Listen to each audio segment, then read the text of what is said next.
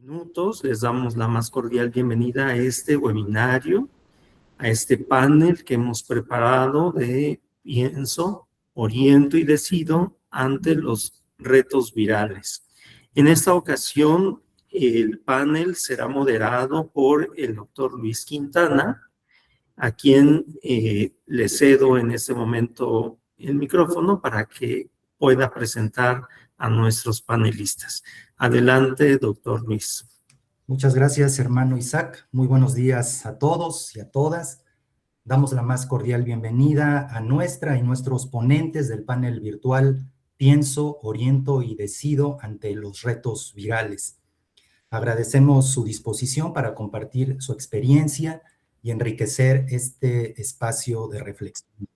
Maestra Carla Liliana Castillo Cortés. La maestra Carla Liliana Castillo Cortés es licenciada en Psicología por la Universidad Autónoma de Coahuila y maestra en Psicopedagogía con más de 2 décadas de experiencia en el ámbito educativo. Su trabajo se ha centrado en el acompañamiento emocional, desarrollo integral de niñas, niños, adolescentes y sus familias, tanto en entornos escolares como clínicos. En los últimos años ha colaborado en el Colegio La Salle San Nicolás desde el área de orientación educativa, participando activamente en programas de formación para familias y prevención de la violencia. Cuenta con formación en inteligencia emocional, disciplina positiva, educación educativa y desarrollo.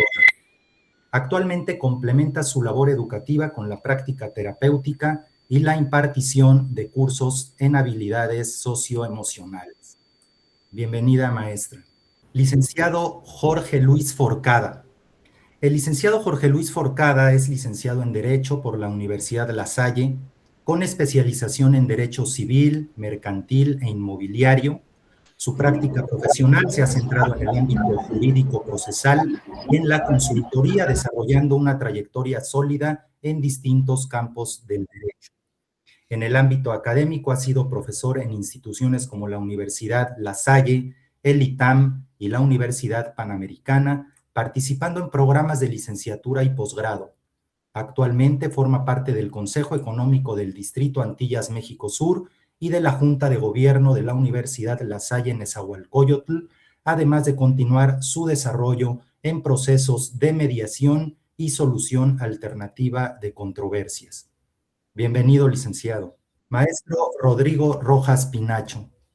El maestro Rodrigo Rojas Pinacho es licenciado en Psicología Clínica por la Universidad de las Américas y maestro en Educación por la Universidad La Salle, con formación adicional en Protección del Menor. Desde 2004 ha desarrollado su trayectoria como docente, conferencista y directivo, acompañando comunidades educativas en distintos niveles. Entre 2017 y 2021 coordinó programas de comunidad segura y voluntariado lasallista en diversos países del Distrito Antillas México Sur, impulsando iniciativas de formación y prevención. Posteriormente fue director de preparatoria del Colegio Cristóbal Colón. Actualmente se desempeña como subdirector de secundaria en el Colegio La Salle Pedregal y participa como docente en programas de posgrado de la Universidad Panamericana y en la Universidad La Salle Cuernavaca. Bienvenido, maestro Rojas. Y bueno, antes de dar la palabra a nuestros especialistas, quiero compartir con ustedes algunos datos del fenómeno que hoy nos reúne. 7 de cada 10 niñas, niños y adolescentes entre 10 y 17 años en México usan redes sociales de manera regular. Casi el 60% lo hace sin supervisión de un adulto, de acuerdo con datos de Save the Children México. De acuerdo con la misma fuente, 60% de los menores navegantes acceden a contenido digital sin guía ni acompañamiento parental efectivo. Sin duda, esto los expone directamente a los retos virales y a contenidos dañinos.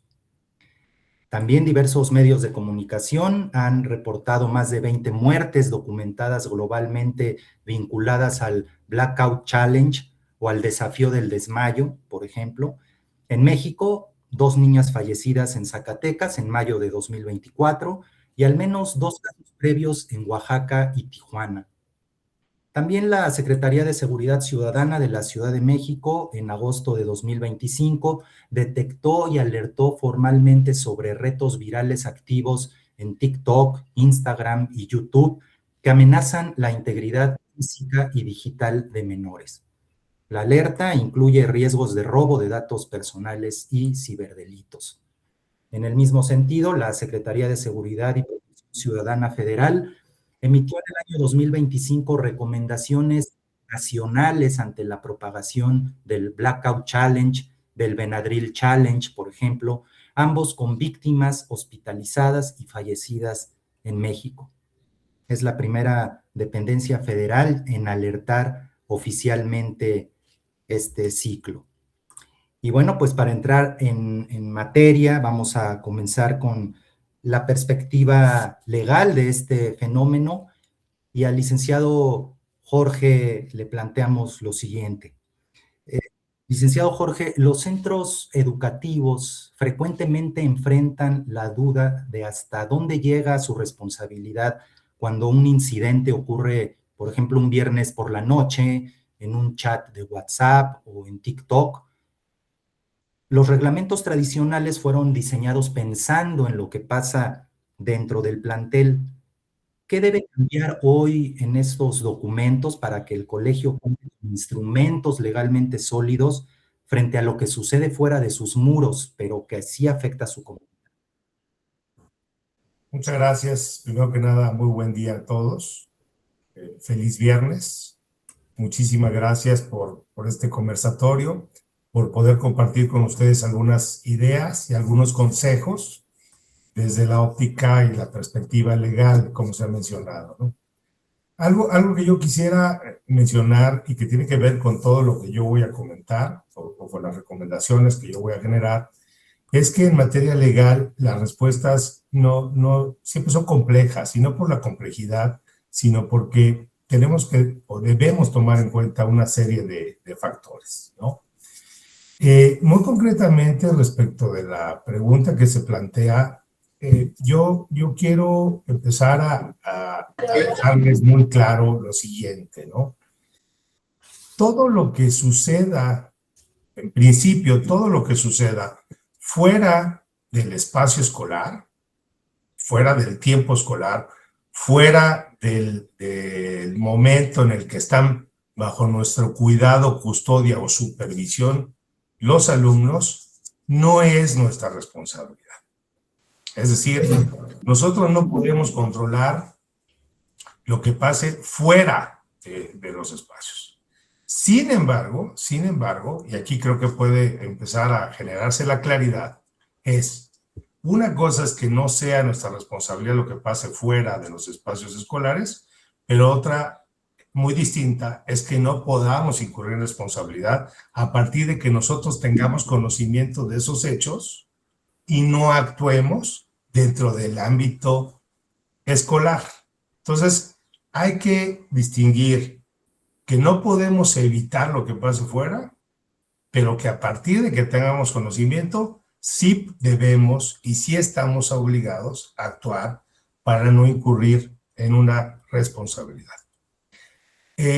Muy concretamente respecto de los reglamentos, porque la pregunta es, ¿qué debemos cuidar o qué debemos cuestionar o qué deberíamos de hacer para solidificar los reglamentos que tenemos? La respuesta va en dos sentidos. La primera es, nosotros no podemos pensar en extender nuestros reglamentos a responsabilizarnos de lo que ocurre fuera de los momentos en que nuestros estudiantes están bajo nuestra supervisión o cuidado, hablando de menores de edad. Porque sería ampliar el marco de nuestra responsabilidad, algo que además no podríamos controlar, ¿no? Creo que si pensamos en modificar los reglamentos, esto debería de ir en el sentido de corresponsabilizar a los padres de familia o a los estudiantes a llevar una labor conjunta, común, en donde estamos visibilizando el problema, estamos sensibilizando, y entonces de esa forma estamos previniendo que no suceda. Es decir, si vamos a modificar los reglamentos, debe ser en el sentido no de ampliar nuestro espectro de actuación o de responsabilidad, porque no lo podemos controlar, sino más bien en el sentido de generar una corresponsabilidad con los padres de familia, porque ellos, pues, son los que tienen la responsabilidad primaria, directa, inmediata. Nosotros la tenemos desde un punto de vista institucional. Es decir, podríamos integrar eventualmente en estos reglamentos algunas reglas que habrá que cuidar en la redacción, en donde hacemos consciente, hacemos visible que los padres de familia también están obligados a actuar y a sensibilizar y a promover la reflexión de este tipo de conductas y de los daños que generan, no solamente en el ámbito escolar, en el ámbito individual y en el ámbito social. Entonces, sí creo que nosotros, si estamos hablando de responsabilidad, lo que tendríamos que pensar es, vamos a abrir estos reglamentos, pero para involucrar a los padres de familia, uno, y dos, siempre en materia de responsabilidad debemos de abordar el tema desde dos ópticas, la preventiva, y la preventiva se aborda siempre a través de la capacitación, de la sensibilización, de la visualización de estos temas, ¿sí? Y la que implica una actuación, que es a partir de que nosotros tenemos conocimiento, no podemos quedarnos cruzados de brazos, sino tenemos que actuar bajo una regla de deber de cuidado de nuestra comunidad educativa. Espero que esté clara la respuesta en el sentido de que no podemos controlar lo que pasa afuera, pero a partir de que tenemos conocimiento debemos llevar a cabo algunas acciones que podremos precisar en algún momento. Y en cuanto a los reglamentos, lejos de generar una ampliación a nuestra responsabilidad o a nuestra capacidad de supervisión, debe ser en el sentido de concientizar y de involucrar como responsables primarios a los padres de familia, custodios de estos menores. Gracias. Gracias, licenciado. Maestro Rodrigo, una vez que sabemos qué alumno o alumnos iniciaron o distribuyeron un reto peligroso, sin duda la escuela enfrenta una decisión difícil. Se preguntarán, ¿es un asunto disciplinario, terapéutico, legal o todo a la vez? Maestro, ¿qué papel debe jugar un colegio como comunidad educativa, no solo como instancia sancionadora en la respuesta a esos alumnos y a sus familias? Muchas gracias. Muy buenos días a todas y a todos. Creo que hay que partir por dónde estamos. Y al estar en La Salle estamos hablando de que nuestro trabajo es formativo y es una formación integral que siempre hemos tenido dentro de nuestros principios. Ante esta pregunta en donde se aclara qué será lo que nos corresponde, si es que hay diferentes áreas en donde se atacan, tenemos que entender que finalmente tenemos que atender las diferentes áreas. Decía ahorita el maestro Forcada algo importante, y es que hoy no nos podemos alejar del trabajo que se hace desde la familia y hacer conjunto con ellos, porque pues en diferentes ángulos es donde siempre atendemos a los jóvenes. Y algo muy importante es que no somos, en función de esta pregunta, no somos como tal una organización sancionadora, pero sí entendemos la sanción como parte de la formación que le damos a una persona. Es decir, la sanción, la consecuencia, tiene que llevar a la persona a la reflexión y al entender por qué. Desde nuestros fundamentos, en La Salle, se entiende que el castigo, hablando en este lenguaje anterior, el castigo tendría que generar vergüenza. En nuestros tiempos esto puede ser como quizá incluso inapropiado, políticamente incorrecto, pero vamos a llevarlo a nuestro tiempo y hay que entender por qué se habla de esto. Porque cuando existe vergüenza, quiere decir que en la persona ya hubo un entendimiento de las cosas, ya supo por qué se equivocó y ya supo que faltó el respeto a una persona, ya supo que cruzó un límite que no tendría que haber cruzado, y entonces viene esta sensación de vergüenza, de culpa y de arrepentimiento que le va a permitir después cuidar sus conductas para no estar repitiendo este tipo de acciones. Y entonces, si nosotros manejamos bien la consecuencia, creo que vamos a poder hacer muy bien esto. Que es muy importante, hoy nos estamos dando cuenta en la escuela que no solamente trabajamos con los jóvenes en cuanto a las herramientas y a las oportunidades de diálogo que tenemos con ellos, lo tenemos que hacer con las familias. Y entonces, hoy tenemos que saber que hay que abrir los temas y hay que aprender a dialogarlos junto con ellos, porque hay temas de gestión emocional, hay temas de falta de pensamiento crítico que no nos permiten abrir un diálogo maduro, abrir un diálogo muy claro en diferentes temas. Hablando de las cosas como son, porque hoy no podemos evitar los temas, hay que hablar las cosas como son. Y entonces, al empezar a abrir este diálogo, empieza la reflexión. No creer que por no hablar del problema, el problema no existe. Y ese creo que puede ser uno de los errores que cometemos.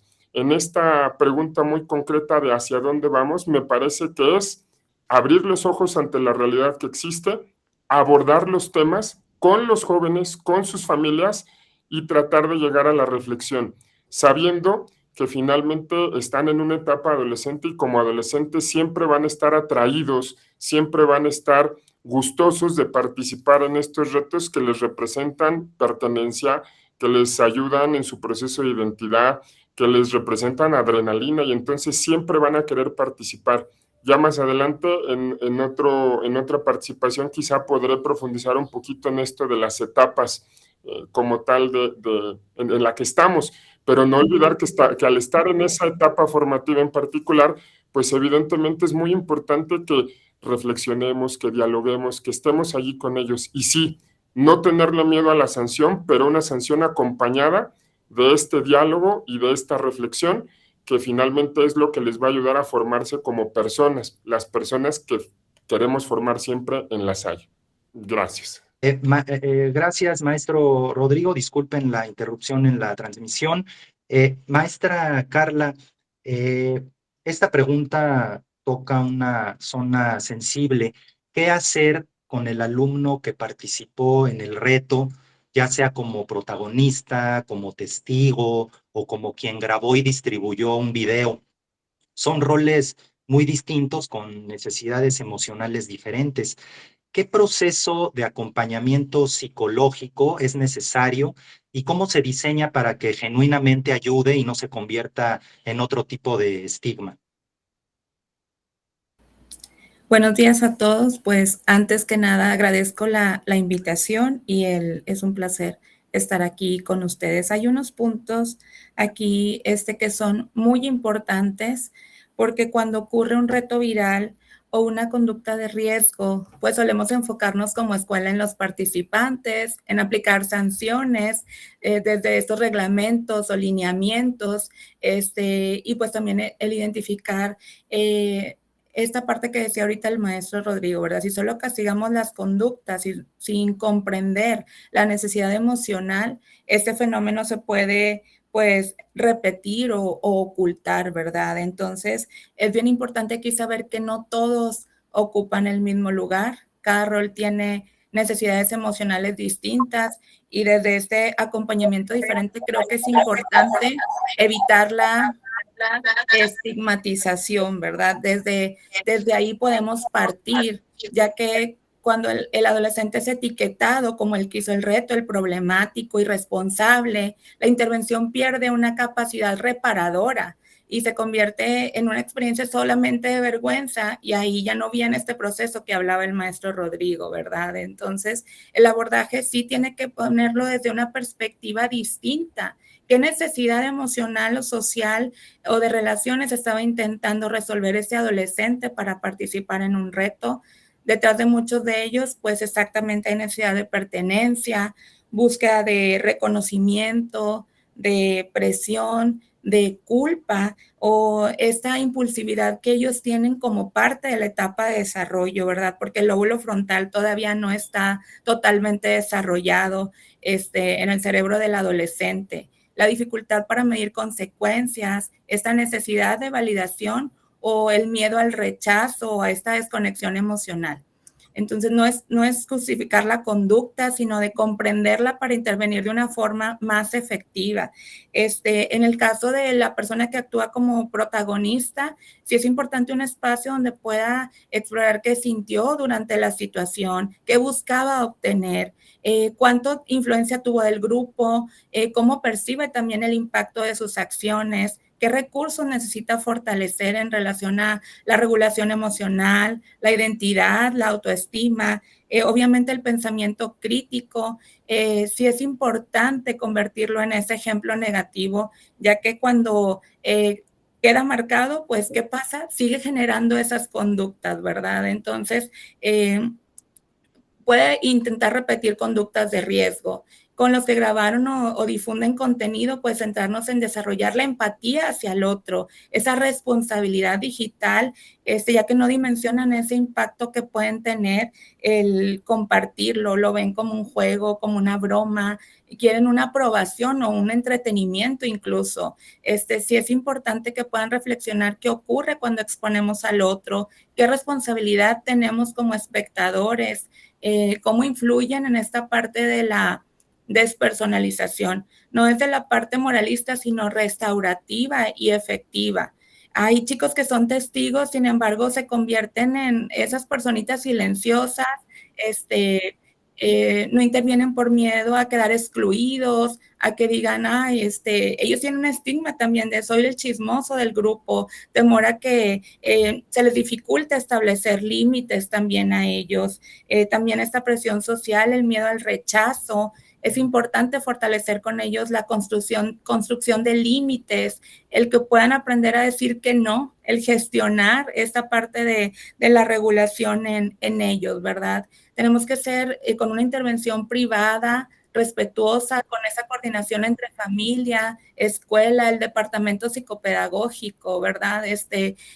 Como lasallistas, creo que el objetivo no es únicamente corregir la conducta, sino fortalecer factores protectores, incluir estas prácticas restaurativas en un proceso donde ellos puedan comprender el impacto de sus acciones, sobre todo reparar vínculos y reconstruir su lugar dentro de la comunidad, ¿verdad? A veces para ellos lo más transformador es descubrir que todavía, a pesar de los errores, hay un adulto que confía en ellos. Entonces, creo que tenemos que considerar esta parte muy importante desde el acompañamiento como lasallistas. Gracias.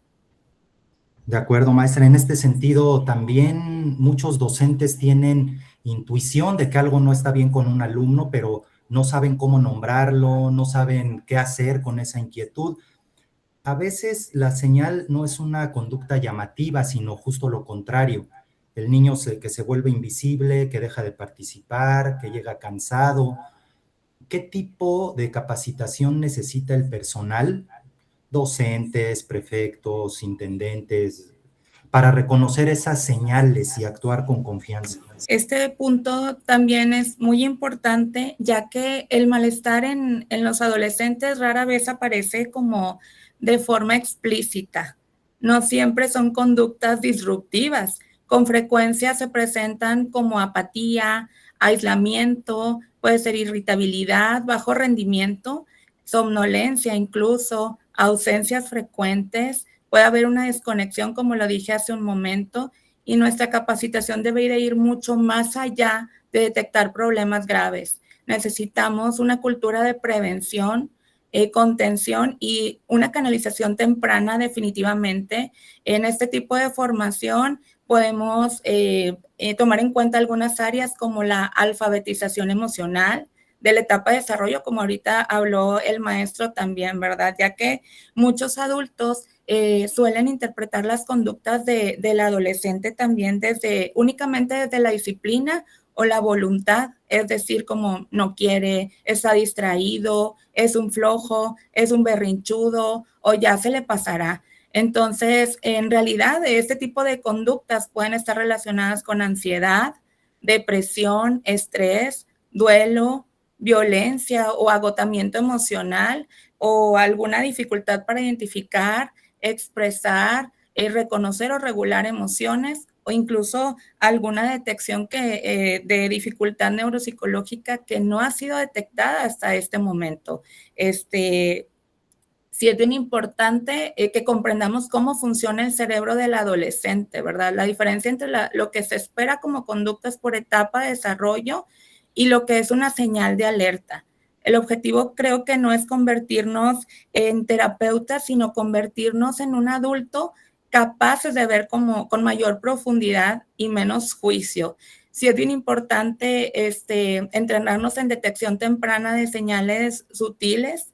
Sí necesitamos aprender a observar cambios, no solamente conductas que sean problemáticas, como un alumno que era participativo y que deja de hablar, un bajo rendimiento, el que era muy puntual y que empieza a llegar tarde, los cambios de apariencia, el aislamiento en los recreos, esa disminución del contacto visual, a veces son hipersensibles al error, el desinterés por actividades que antes les gustaban y pues ahora también pueden no ser significativas para ellos, el desinterés social y, por ejemplo, aquí un prefecto pudiera notar ausencias, un maestro puede notar desconexión, aislamiento, bajas calificaciones, un intendente puede notar que hay un alumno que está todo el tiempo en el baño. Entonces, cuando integramos todas estas observaciones, aparecen esos alumnos o casos que antes pasaban desapercibidos ante nuestros ojos.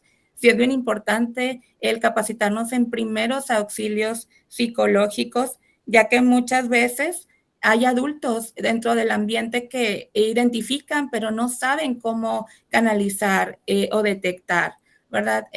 Podemos incluso el decir, he notado que hay un alumno que antes se ve muy cansado, pero necesitamos darle algún tipo de apoyo, el identificar a qué se debe. Los protocolos de actuación y derivación tenemos que yo creo que esta es una de las fuentes que más causan ansiedad en el personal, el saber cómo actuar, hacia quién dirigirnos, el establecimiento de límites, cómo documentar observaciones, qué hacer ante el riesgo, estas bitácoras, ¿verdad? Cuando las personas saben qué hacer, disminuye nuestra parálisis y aumenta la intervención temprana. Construir una comunidad emocionalmente segura, ya que esto normaliza pedir ayuda, ahí evitamos etiquetar y nos enfocamos más en fortalecer vínculos. Entonces, convirtámonos en esos adultos que seamos una referencia emocional para los adolescentes. No solamente el psicólogo institucional educativo o psicopedagogo observa señales, sino todos dentro de este ambiente podemos detectarlas. Gracias, maestra Carla. Y volvemos con el licenciado Jorge Forcada. Licenciado, ya nos había usted comentado en su primera intervención que todo lo que suceda fuera del tiempo escolar no es responsabilidad de las escuelas. Sin embargo, una situación que preocupa mucho a directivos y orientadores es saber si la escuela puede ser demandada o si tiene algún tipo de responsabilidad civil o penal cuando un alumno participa en un reto peligroso fuera del plantel, pero dentro de su comunidad educativa. ¿Cuál es la realidad legal, licenciado, que deben conocer las instituciones educativas hoy? Primero que nada, bueno, siempre podremos ser demandados, ¿no? Esto tiene que ver muchas veces pues, con la actitud de los padres y con la angustia de los padres, ¿no? Pero lo importante creo que está en si incurrimos o no en responsabilidad a partir de que nos demanden o si habremos incurrido o no en responsabilidad. Algo que yo quiero puntualizar es que solo hay dos formas de incurrir en responsabilidad: por acción o por omisión. Creo que nosotros casi siempre vamos a estar ubicados o señalados o queriendo ser señalados por ser omisos, porque me queda claro que nosotros no vamos a generar actos de violencia bajo un esquema de intencionalidad, sino porque no actuamos, porque no implementamos lo que teníamos que implementar o porque no hicimos o actuamos a partir del deber de cuidado que nosotros tenemos. En la pregunta que se plantea, si podemos incurrir en responsabilidad civil o penal, si podemos ser demandados, sí. ¿Cómo logramos no ser responsables y no incurrir en responsabilidades? No podemos hacer nada fuera del horario escolar, pero a partir de que tenemos conocimiento, nuevamente regresamos, nosotros tenemos un deber de actuar para no incurrir responsabilidad por omisión, ¿sí? Ya nos enteramos de que existe este reto fuera del espacio escolar y entonces lo que tenemos que tener claro siempre es lo que nosotros tenemos que hacer. Se habló de parálisis y es cierto, y la parálisis se elimina a partir del conocimiento de lo que tenemos que hacer. A partir de que tengamos en nuestras manos un caso de estos, a partir de que tengamos conocimiento de que existe un caso de estos, lo que nosotros tenemos que hacer es actuar para no ser omisos. ¿Cómo vamos a actuar? Pues hay que informar, hay que avisar a las autoridades educativas, eventualmente hay que avisar a autoridades de reforzamiento, policía, etcétera. Hay que avisar a los padres de familia involucrados y hay que generar este aviso general o hay que cumplir con este deber de informar a todas las personas a las que tenemos que hacerlo, ¿no? Todos estos temas generan muchas veces inquietud en la comunidad educativa y pues inmediatamente nosotros lo que tenemos que hacer es actuar, no ser omisos. Quiero insistir mucho en ese sentido. Siempre tendremos nosotros que tener en cuenta quiénes son las personas a las que tenemos que informar para no ser omisos. Si es padres de familia, comunidad educativa, autoridades reguladoras, es decir, Secretaría de Educación Pública, y eventualmente, si esto así se considera, algunas autoridades ya de parte del Estado diciendo, oye, pues presento esta denuncia porque hay un caso grave que nos preocupa, ¿no? Y no dejemos tampoco en estos casos, en donde tengamos conocimientos para alejar la responsabilidad, de generar un espacio de reflexión, de capacitación, de informe. Algo que es muy importante y que yo quiero recalcar y que puede generar a veces confusión es el tema de la diferenciación que existe en la responsabilidad entre las familias y nosotros. La responsabilidad primaria, directa e inmediata es de los padres de familia. Nuestra responsabilidad no debe ser más que institucional. Y entonces esto implica que nosotros ya tenemos que estarnos familiarizando todo el tiempo con una actuación institucional que parte del deber de informar, del deber de cuidar, y acuérdense que el deber de informar es a padres, autoridades, eventualmente autoridades del Estado, y a la comunidad educativa cuando se genere algún tipo de revuelo con motivo de eso. El cuidado, el orden directo es en la familia. Nosotros tenemos que actuar desde el marco institucional. Siempre que se generen angustias o preocupaciones o miedos a partir de que no sabemos qué hacer y de esta parálisis de la que se habla, nosotros tenemos que regresar a dejar de tratar de controlar lo que están haciendo los terceros y nosotros hacer lo que nos corresponde. Porque a veces caemos en la trampa, somos atrapados mentalmente por lo que está pasando afuera y nosotros tenemos que regresar. ¿Qué tengo que hacer yo? Actuar. ¿Cómo debo actuar? Informar, hacer visible, concientizar, capacitar, atender, supervisar. Afuera es algo que no puedo controlar, pero a partir de que tengo conocimiento, no debo de ser omiso. Gracias. Gracias, licenciado. Es importante esto que usted menciona, el deber informar primero a padres, autoridades, a la misma comunidad, como parte de un protocolo, podríamos decirlo así. ¿Cuál sería, en este sentido, el protocolo legal correcto y qué consecuencias puede tener para una institución no reportar a tiempo? Sí, el protocolo correcto y a quién hay que avisar y en qué orden son los temas que intentaré abordar respecto de esta pregunta, ¿no? Los protocolos son protocolos de actuación y los protocolos a veces son documentos ileíbles. Y entonces una forma de estar claros en lo que debemos hacer es que los protocolos siempre son de prevención y de actuación.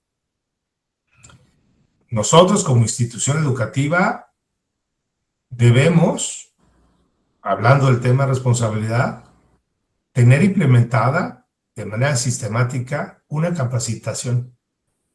Esto que estamos haciendo en este momento es precisamente algo que desde el punto de vista de la responsabilidad, no solamente desde el punto de vista de la convicción, sino desde el punto de vista de la responsabilidad, nos aleja del problema.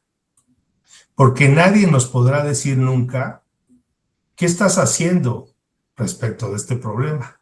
Pues, ¿qué crees? Lo estoy observando, lo estoy visualizando, lo estoy conversando y estoy instruyéndome de cómo debo de actuar, ¿no? Vean cómo estas acciones positivas nos ponen en un camino que nos aleja de la responsabilidad como instituciones educativas. Entonces, ¿cuál es el protocolo correcto? Pues el preventivo, a partir de la capacitación y de la sensibilización, no solo a nivel maestros o el interior de las instituciones educativas, sino también hacia afuera. Hay que hacerlo visible con los padres de familia, con los alumnos, ya de manera sistemática. Otra vez, vuelvo a insistir, nosotros tenemos que actuar como institución, no como personas, sino como institución, por supuesto con sensibilidad, con cercanía, pero siempre institucionalmente, y el de actuación, ¿no? Y el de actuación siempre nos ubica en, nuevamente, no ser omisos, ¿no? Yo ya tengo conocimiento de algún evento que implica un riesgo para la comunidad educativa, se haya dado dentro o fuera de la institución, pues tengo que ponerme a actuar, ¿no? Y estas actuaciones, como se formula en la pregunta, es avisar, el deber de informar. ¿En qué orden? No importa, pero no retardarnos con nadie y no ser ausentes de avisar a alguien. ¿A quiénes, como habíamos dicho, debemos informar? Pues debemos informar a las autoridades reguladoras, a la comunidad educativa, y si detectamos claramente, pues a los padres de familia de las personas, de nuestros estudiantes involucrados. El orden no importa, lo que importa es no dejar de informar y ponerle luz. Hoy estos problemas se resuelven con luz, poniendo el reflector enfrente, ¿no? Y hay algo que yo he ido entendiendo y cada vez de manera más clara, y son dos preguntas que ustedes deben de hacerse cuando tengan duda respecto de si están actuando o no correctamente desde el punto de vista legal, y son las siguientes. La primera es, ¿pude haber evitado lo que está sucediendo?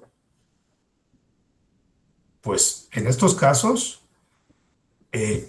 nosotros cumplimos con concientizar y hasta ahí, pero a veces no lo podemos evitar.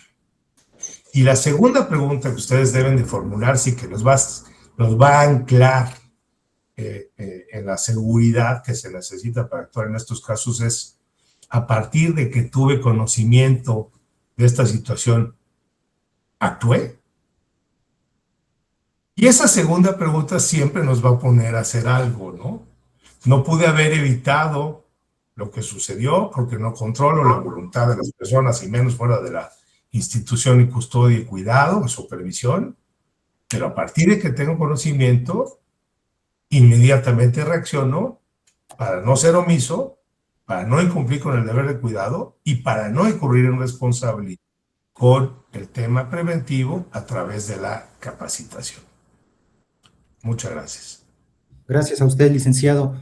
Maestro Rodrigo Rojas, supongamos que un maestro de educación física ve a dos alumnos en el recreo mostrando un video en su celular y reconoce que es un reto peligroso, o que una compañera de clase le cuenta a la maestra que su amigo quiere hacer el reto del desmayo esta noche. Hablando de protocolos, ¿cuáles son los primeros pasos? Es decir, ¿existe un protocolo claro que el personal docente y administrativo deba seguir en ese momento? Sí, yo creo que voy en la misma línea de lo que decía ahorita el maestro Jorge. Finalmente es informar, nada más que ahora lo ponemos como a un nivel más interno dentro del colegio. Un profesor en este ejemplo de deportes que se entera de una situación no se la puede quedar y definitivamente tiene que informar a la figura que corresponda en función de la organización del colegio. Puede ser al titular y el titular a su vez va a tener que informar al coordinador y después al director, o hay un coordinador de deportes porque es una actividad extraescolar y va a informar. Aquí creo que es importante considerar dos cosas. Por un lado, la buena voluntad o la buena intención hoy no es suficiente para resolver estos problemas. Creo que es en la misma línea de lo que decía desde el punto de vista legal el maestro Jorge. Hoy no vale decir, es que yo quería ayudarle, es que yo quería que entendiera de otra forma, porque hay muchos temas que tienen que ver con los retos o con algunas otras cuestiones que hoy ya están en la antesala de un riesgo muy fuerte. Estamos hablando de situaciones de lesión, estamos hablando de situaciones de riesgo de muerte, porque esa es una realidad.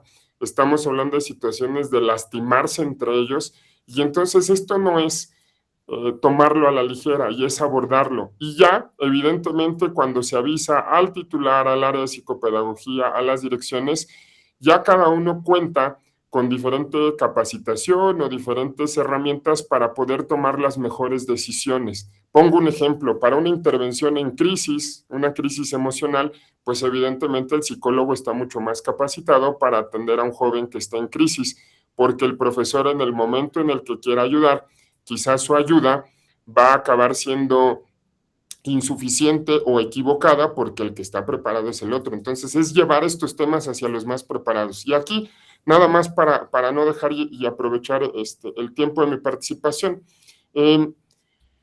hay que entender que estos temas nos generan cosas diferentes. Ya decía hace un momento y comentábamos todos que al adolescente le genera adrenalina, emoción. Hay una sensación de invulnerabilidad en el adolescente que está muy presente. Oye, ¿es que crees que no te va a pasar nada? Pues claro, cree que no va a pasar nada porque es un adolescente y los adolescentes creen que no les va a pasar nada. Es difícil pensar en las consecuencias y por ahí va la reflexión. Ya lo decía hace un momentito la maestra Carla. Pero aquí, nosotros cuando escuchamos de esto, como decía el maestro Jorge, como familias, como adultos, inmediatamente lo leemos desde otra óptica, desde el miedo, desde la preocupación, desde el enojo, desde la incredulidad. Y entonces cuando un fenómeno lo abordamos desde dos ópticas diferentes, la reacción va a ser diferente y la comunicación entre las partes va a ser muy complicada. ¿Qué hay que hacer? Tratar de entender la óptica que tienen ellos y este diálogo abrirlo con ellos para entender desde dónde están comprendiendo este tipo de conductas. Parecería que me desvío de la pregunta, pero no, porque todos los profesores tendríamos que estar listos para no espantarnos cuando escuchemos algo así, para no caer en pánico cuando escuchemos algo así, y tener herramientas básicas de diálogo muy sencillas, son de escucha atenta. Si yo escucho que un joven dice, estoy pensando en hacer el reto del paracetamol, un error que podemos cometer es decir, ¿cómo es posible? Eso te pone en peligro, no hagas eso. No, mejor abrimos el diálogo y pensamos en dónde lo escuchaste, por qué lo estás haciendo, qué has pensado, quién más lo va a hacer, y entonces obtenemos la mayor cantidad de información y lo hacemos. Sugerencia concreta, si algún profesor escucha esto, quizás el primer paso es sacar la mayor información posible e inmediatamente informar a la persona que tenga que informar en función del organigrama de un colegio. Gracias, maestro. Y también dirigida a usted esta pregunta. A veces un error frecuente es creer que los retos virales son problemas de adolescentes, ¿no? Y que la prevención empieza en secundaria. Pero los datos muestran que niños de 9 años ya han fallecido por estos desafíos. ¿Desde qué edad y con qué tipo de acciones concretas debe una escuela construir una cultura preventiva? ¿Hay algo que pueda hacerse desde preescolar o primaria baja? Sí, bueno, definitivamente la cultura preventiva es en todos los niveles. Incluso no descartemos, así como nos estamos yendo abajo, no descartemos que los jóvenes de universidad también caigan en conductas que parecería que ya no deberían ser parte de sus acciones. Sin embargo, no perdamos de vista que de los 12 a 18 es el momento en donde están más vulnerables en caer en este tipo de conductas, porque regresamos al tema de las etapas. En cuanto a las etapas, sí, definitivamente durante la adolescencia van a buscar más rebasar ciertos límites. Y entonces, ¿qué es lo que tenemos que entender? ¿Qué necesitan de nosotros en cada etapa? Y esto quizás va respondiendo, porque la presencia del educador en cada etapa responde a una necesidad específica. En el caso de las etapas anteriores, la presencia del adulto tiene que ser mucho más estricta, mucho más clara en cuanto a que nosotros les ayudamos a distinguir entre lo correcto y lo incorrecto. Un niño no tiene una capacidad para distinguir eso entre lo bueno y lo malo y necesita más a la mamá, al papá, al profesor para que les diga eso no. Por supuesto que en la secundaria aplica lo mismo, pero en la secundaria ellos ya empiezan a descubrir por su cuenta esta toma de decisiones y entonces para ser muy claros, en etapas anteriores, creo que lo que hay que hacer es consolidar cada etapa. Pongo un ejemplo muy sencillo, que no tiene que ver quizás con los retos, pero para entenderlo desde las etapas. En preescolar tendríamos que aprender, que ayudar a que el niño aprenda temas de coordinación psicomotriz.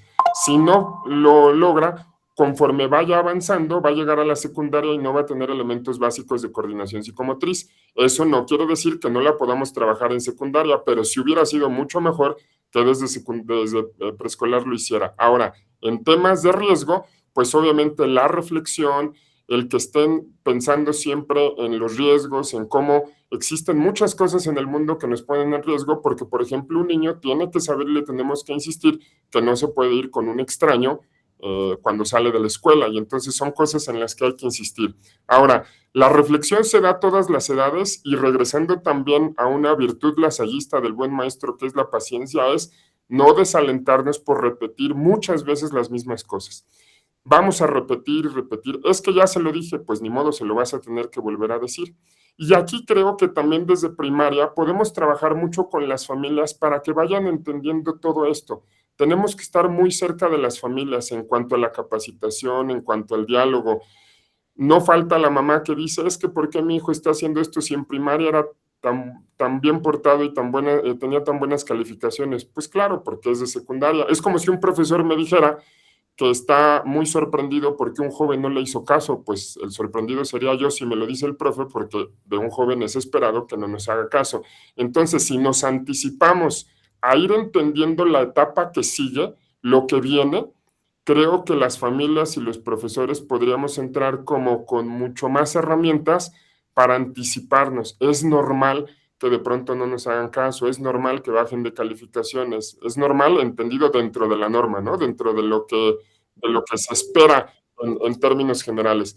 Así que haría esto, entender la importancia de que se consoliden las etapas, entender la importancia de estar en buena comunicación y capacitación con las familias y no desalentarse por estar repitiendo lo mismo. Aunque se los digamos en la primaria, se los vamos a repetir en la secundaria, muy probablemente en la preparatoria. Entonces, nuestro trabajo de educador es insistir, insistir, insistir, y ya ellos en su proceso personal consolidarán para llegar al punto de poder tomar decisiones autónomas, bien pensadas, bien informadas y que les ayuden en su proyecto de vida.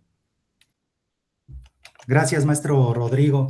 Y ya para cerrar esta ronda, maestra Carla, Sabemos que casi el 60% de los menores navega en Internet sin supervisión adulta, y no porque los padres no quieran estar presentes, sino porque muchas veces no saben cómo hacerlo sin invadir ni generar conflicto entre sus hijos. ¿Qué estrategias concretas y emocionalmente inteligentes puede proponer la escuela para que los papás se conviertan en aliados reales y no solo en observadores distantes, ¿no?, de la vida digital de sus hijos? Sí, así es. Este es un tema en el cual los padres muchas veces, o la mayoría de las veces, se sienten rebasados. En ocasiones les cuesta poner límites.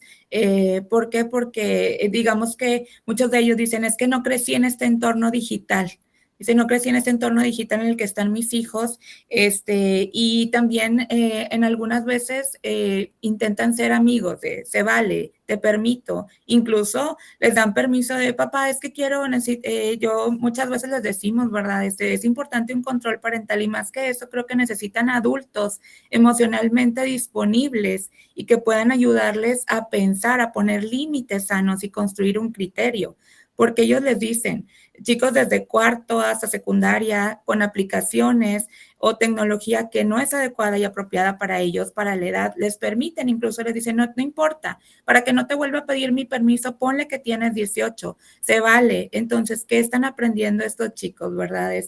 No solo es informar de riesgos, sino ayudar a las familias a convertirse en esos aliados. Como escuela, una de las estrategias que les podría proponer es ese acercamiento a ellos a través de escuela de padres.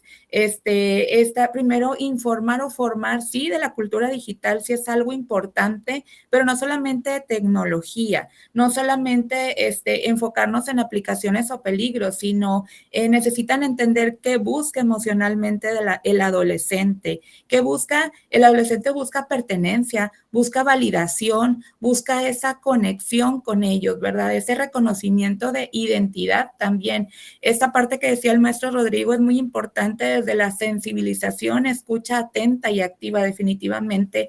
Y sí, nos pasa mucho que a veces los papás dicen, desde esa incredulidad, dicen, es que no creo que mi hijo haya interactuado en esta situación, no lo creo capaz de haber incurrido en esta falta, no lo creo capaz de haber hecho ese meme, esa publicación, de haber compartido esa imagen. Entonces sí es bien importante el fortalecer también en ellos el que comprendan y dejen de ver a la tecnología más que como un problema, el validarlos a ellos, el no confrontar, no siempre desde un juicio, un regaño, sino una conversación de cosas cotidianas, abiertas, ¿verdad? ¿Cómo estás? ¿Cómo te sientes? ¿Qué cosas te gustan? ¿Qué ves en redes? Monitorear. Todavía es válido. Ellos tienen temor de, es que me va a decir que estoy invadiendo el espacio. Entonces, ¿en qué momentos es válido? Cuando eso se establece como acuerdo, el adolescente lo acepta, porque no hay no es desde una restricción, es desde un diálogo, es desde esa también complicidad con los padres. Responden mejor a límites construidos, vaya, desde ese diálogo a controles impuestos sin explicación, porque así también va caminando el adolescente. Entonces es bien importante, por ejemplo, cuando tenemos a los papás en las reuniones, el monitorear ese horarios, privacidad, el uso nocturno, el contenido que ven. Si nosotros nos percatamos, ahorita lo decía el licenciado Jorge, ¿verdad? Es importante informar, mamá, me percaté o en este ambiente el chico está refiriendo que no sé, algún link de pornografía, porque también a eso se enfrentan en estos retos, el compartir, que alguien más lo vea al igual que yo, el manejo de conflictos digitales, esta parte de que ellos creen que estando detrás de la pantalla no son vistos y que al borrar un mensaje ahí se va a terminar la situación, o que una vez una chica decía, y si destruyo mi teléfono ya ahí para la situación, digo, y ese tema da para mucha...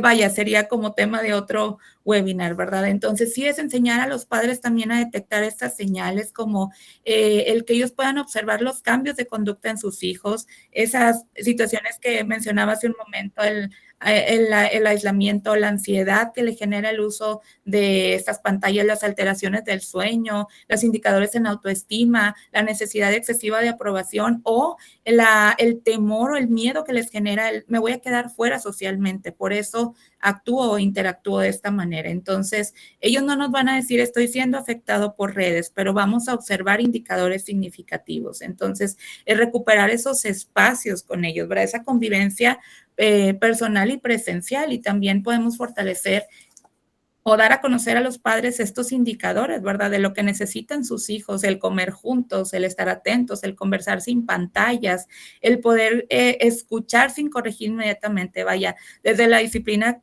positiva es desde conexión antes que corrección. Y claro, la corrección es importante, pero también desde esa sensibilización. Entonces, y desde una mirada lasallista, creo que también implica recordar que es hacerse presente en la vida emocional de sus hijos, ¿verdad? Tanto los padres y nosotros que estamos dentro de este ambiente como educadores, hacernos presentes en la vida de ellos. Son puntos que pues debemos de transmitir, ¿verdad? No necesariamente tienen que ser expertos en tecnología, pero el acercamiento los va a ayudar mucho a poder confrontar y afrontar estos temas con ellos. Esa supervisión efectiva desde la confianza, no tanto desde el temor.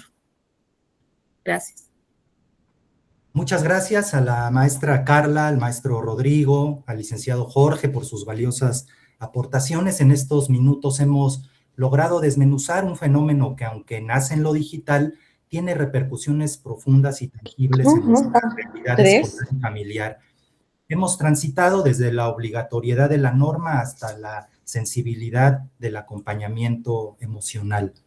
En conclusión, ante los retos virales, la red educativa La Salle reafirma su compromiso de ser un espacio seguro donde pienso, oriento y decido se convierte en una práctica cotidiana para nuestros estudiantes.